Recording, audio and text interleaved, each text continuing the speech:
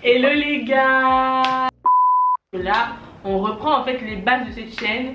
Et donc aujourd'hui on reprend Process. Et je suis trop contente de venir avec une de mes amies, Marie. Donc ça va être une vidéo chill, prenez à manger, faites le ménage, faites votre vie.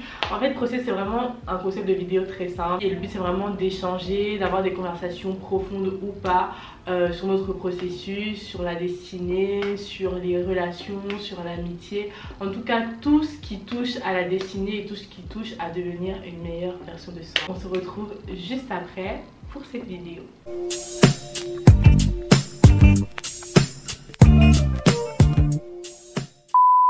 Marie, dis-nous comment tu vas. Moi je vais bien. Franchement aujourd'hui je vais bien. Je vais pas dire que ouais j'ai pas de problème et tout non. Mais les gars on est en train d'avancer. En tout cas on avait filmé une vidéo avec Marie. Cette vidéo là elle était vraiment super bien, mais pour des raisons qu'on ne dira jamais et qui restera entre nous, on ne l'a jamais postée. Là on est genre à 3 mois de la fin de l'année. Et si tu pouvais dire une chose par rapport à cette année, tu dirais quoi? Évolution. Tu dois m'expliquer pourquoi j'ai évolution ou... Ah, tu dis hein, tu dis ce que tu as envie de dire. Si tu n'as pas envie de dire, tu dis pas. Non, évolution parce que quand je me regarde, on va prendre l'année dernière ou bien même il y a un an, à cette même période là, je me dis que j'ai fait du chemin en fait. Je pensais pas arriver où j'en suis là aujourd'hui parce que c'était chaud. C'était chaud. Quand on vous dit c'est chaud partout, c'était chaud partout. Au niveau de mon mindset, au niveau de mes objectifs. Je dirais pas que j'ai atteint tous les objectifs que je voulais durant cette année, mais genre je peux dire que quand même j'ai avancé sur pas mal de choses, genre même au niveau des études. Bah, j'ai eu à déménager aussi, donc ça aussi c'est une évolution, c'est vraiment un nouveau départ en fait, donc ouais franchement évolution. Ouais, du coup tu fais quoi actuellement comme étude? Du coup moi je suis en bachelor e-commerce et marketing digital en école de commerce, et à côté je suis en alternance du coup dans un service e-commerce aussi. Les gars, j'ai eu du mal à trouver ma voie, genre au niveau des études. Ça a été vraiment chaud pour moi. Je me suis beaucoup cherchée, je me suis beaucoup perdue. Mais par la grâce de Dieu, je pense que je me retrouve là. Vraiment, j'ai des études que, que je kiffe. Ouais, tu peux nous parler un peu de ton parcours scolaire en quelque sorte? Moi, j'ai fait un bac ES, à la suite duquel je me suis orientée vers une licence de droit. À la base j'avais toujours voulu faire du droit et tout, mais à ce moment là je voulais faire un DUT technique de commercialisation que j'avais mis sur ma liste, mais j'ai pas été acceptée et j'avais été acceptée en droit, donc je me suis dit bon vas-y meuf, à la base tu voulais faire ça, va voir seulement, on t'a pas donné l'occasion d'aller où tu voulais, donc vas-y. J'ai commencé et franchement genre je me suis dit non, je me suis visualisée et je me suis dit meuf non, tu n'iras pas jusqu'au bout, c'est pas pour toi. Après j'ai réfléchi un peu à ce que je voulais faire après et tout, et franchement je me suis dit meuf lâche pas, tu voulais faire le DUT technique de commercialisation, retente en fait. Et par la grâce de Dieu là j'ai été acceptée dans plein d'endroits, donc bah, j'ai choisi Nancy. Franchement ça a été compliqué, je vais pas mentir, genre franchement ça a été très compliqué. Je suis arrivée dans ce DUT avec vraiment des conditions bref très compliquées et tout, genre au niveau personnel etc, mais j'ai pas gardé j'ai pas lâché au niveau de mes objectifs et tout, genre je me suis dit meuf tu sais pourquoi t'es là et tout, bien que ce soit chaud, tu vas y arriver en fait. Par la grâce de Dieu j'ai été diplômée là le DUT c'est quand même assez général et tout, on a vu plein de choses au niveau du marketing, commerce etc, et moi j'ai su que genre vraiment genre tout ce qui est, genre j'aime le marketing, j'aime beaucoup le marketing, mais j'aime énormément aussi le digital, et ce que je me suis dit bah meuf genre pour moi c'était logique que genre j'allais me spécialiser genre dans le marketing digital. J'ai galéré, j'ai tourné en rond, je me suis beaucoup posé de questions, je me suis remise en question etc, parce que j'ai l'impression que tout le monde il y a ce truc de tout le monde sait ce qu'il veut faire, c'est la sortie du bac genre comme si genre c'est logique que tu dois savoir ce que tu dois faire, mais hey, les gars c'est pas logique hein. Genre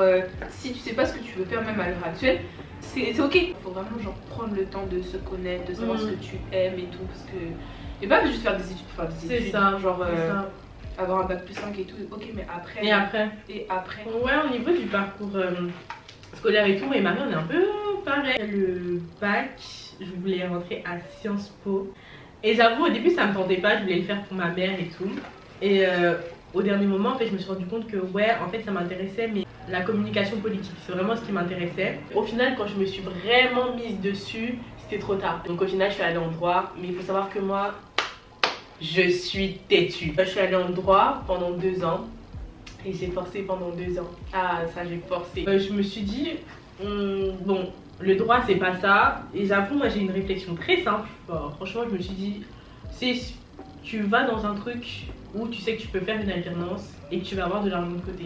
J'ai postulé pour faire MUC et tout, et je suis partie dans mon école. Et vous connaissez votre go, hein. Moi j'ai prié avant et tout, j'ai dit adieu Seigneur, que les portes qui doivent s'ouvrir s'ouvrent, que celles qui doivent se fermer se ferment. Et il m'emmène dans le bureau d'un monsieur, je m'assois. Et le monsieur il me demande, finalement qu'est-ce que tu veux faire dans la vie? Parce que moi, c'est une question qu'il ne faut pas nous poser, je pense que tu peux être d'accord avec moi. C'est qu'est-ce que tu veux faire plus tard ou qu'est-ce que tu veux faire dans la vie? Parce que bro, comment résumer autant de choses en une phrase, en un truc? Et à l'époque, bah, moi c'était digital et tout, enfin c'est toujours le digital d'ailleurs, de faire de l'entrepreneuriat dans le digital. Et il me dit, bah, pour faire dans la communication digitale, il faut faire de la communication digitale. Oh my god! Wow! Et du coup là, il me montre la brochure et tout ce qu'on va faire dans l'année et tout, etc. Et là je me dis, mais ouais, c'est là quoi. Là je me dis, genre c'est la première fois où dans mes études je me suis dit, genre je suis au bon endroit, tu vois. Mais ça m'a pris quand même 2 ans, tu vois. Ça m'a pris 2 ans pour vraiment comprendre que le droit c'était pas pour moi. Parce que ça m'a déchiré le cœur de vraiment faire face à cette défaite et me dire que non, en fait le droit c'est pas pour moi, ce sera pas pour moi, tu vois. Mais au final, de cet échec-là, à l'heure d'aujourd'hui, j'ai fait mon BTS que j'ai eu. Et là, je suis rentrée dans une école et je travaille à côté dans une agence de com, tu vois. Comme quoi, si la première année, tu sais pas ce que tu veux faire la deuxième année. Et encore là, pour l'instant, c'est ce que je veux faire. Parce que, je dis bien pour l'instant, parce que qui sait. Ouais, non, comment t'as vécu du coup ces 2 années? Parce que t'as quand même aménagé à Nancy, une ville où t'avais personne. Les 2 années, pour résumer, ont été assez compliquées parce que c'est vrai que c'est 2 années où je me suis retrouvée quand même pas mal face à moi-même en fait. Genre, pas mal face à moi-même, c'était vraiment, disons, la première fois que j'habitais réellement toute seule. Parce qu'avant j'étais avec ma soeur et tout, mais là vraiment j'étais vraiment toute seule. Donc je me suis retrouvée un peu face à certaines difficultés, face à certaines insécurités aussi, devoir aussi allier travail, école. C'était quelque chose aussi vraiment de pas facile, genre vraiment parfois t'es juste fatiguée, t'en peux plus, mais tu dis que frère, tu fais pas tu as payé le loyer, tu vas à ta place en fait. Tu te poses pas de questions, tu y vas et c'est tout. Donc c'est vrai que j'étais un peu surchargée au niveau mental et tout, genre c'était parfois assez lourd. Ouais, la solitude aussi parce que je suis arrivée, c'était un peu en plein Covid.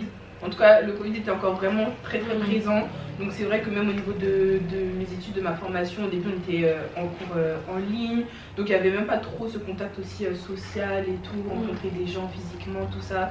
Donc ça a été compliqué, j'arrive dans une ville que je connais pas, qui est assez petite, où bon voilà, il n'y a pas grand chose à faire selon moi. Mais en vrai, genre comme on dit, Dieu fait toutes choses bonnes. Franchement ça a été 2 années compliquées, mais 2 années hyper nécessaire pour mon développement, genre hyper nécessaire et essentiel genre à ce que je suis aujourd'hui en fait. Si j'étais pas passée par ces moments là, je pense que je serais pas en face de vous comme ça et je serais pas la fille que je suis aujourd'hui. Donc franchement ça n'a pas été facile, mais on peut en retirer du bon quand même. Une période où déjà tu te retrouves toi-même face à toi, c'est hyper important, tu vois, genre c'est super bien d'être entouré, d'avoir des amis et tout, etc. Mais il y a aussi un moment où en fait genre il faut que tu sois genre face à toi-même, tu vois, pour vraiment te rendre compte de ouais, il y a ça qui fonctionne pas, il y a ça que j'aime pas. C'est inconfortable mais c'est nécessaire, tu vois. Moi en plus j'y pensais là ce matin et tout. Je suis en train de me dire en fait genre nous on se dit en tant que chrétien que quand on donne notre vie à Christ, à Jésus, tu vois, chose que j'ai faite et que Marie aussi a fait, on se dit que la vie elle va être simple. Que la vie en tout cas il n'y aura pas de problème, ça va être le paradis. En tout cas les gars, le paradis c'est au paradis. C'est dans la vie éternelle là-bas. Ici là, c'est le monde. Et comme dirait Fanny Bouba, le monde est méchant les gars. Le monde est trop méchant. Non, le monde est trop. Les difficultés c'est inévitable, les échecs c'est inévitable. Mais la seule chose que nous on a en tant qu'enfants de Dieu, c'est qu'on a la victoire qui est assurée. Que dans tous les cas, peu importe que les situations soient bonnes ou mauvaises, tout concourt pour notre bien. Tu vois ce que je veux dire ou pas? Comme Guylaine l'a dit, les problèmes, les difficultés, les épreuves sont inévitables. Franchement, tu vas monter, descendre, ça va rester devant toi. Non, ça va être là, ça va venir. Ça va finir, ça va revenir encore. Toute ta vie, faut te dire que ça va être ça. Je sais pas, genre si tu penses que tu peux avoir une vie toute belle, toute rose, mais ça c'est impossible, franchement, que personne ne te montre. C'est impossible. Mais je me suis dit, ok, puisque c'est inévitable et que dans tous les cas ça va venir, qu'est-ce que moi je peux faire pour me préparer à ça? C'est ça. Quelque chose qui est inévitable, qui va forcément arriver. La seule chose que toi tu peux faire qui est en ta possession, c'est te préparer à ce qui va venir. Ok, maintenant genre, ça va arriver, mais comment je dois me comporter face à telle épreuve? Ok, je passe par ça aujourd'hui, mais demain ce sera autre chose. Qu'est-ce que je dois changer au niveau genre de mon mindset, au niveau de ma façon de percevoir les choses, au niveau de... Oui, même des autres en fait. Il y a tellement de choses en fait que auxquelles on doit se préparer nous-mêmes en fait pour faire face aux épreuves, parce que voilà, si l'épreuve ne peut pas être évitée, forcément c'est de ton ressort en fait. Arrêtez de se dire oui, mais pourquoi si, pourquoi ça, mais pourquoi ça vient, pourquoi pas ça, puis pourquoi... Mais il y a pas de réponse. Pourquoi pas toi-même? C'est comme ça. Pourquoi pas toi? Juste prépare-toi en fait. Assure-toi d'être assez préparé pour ce qui va venir.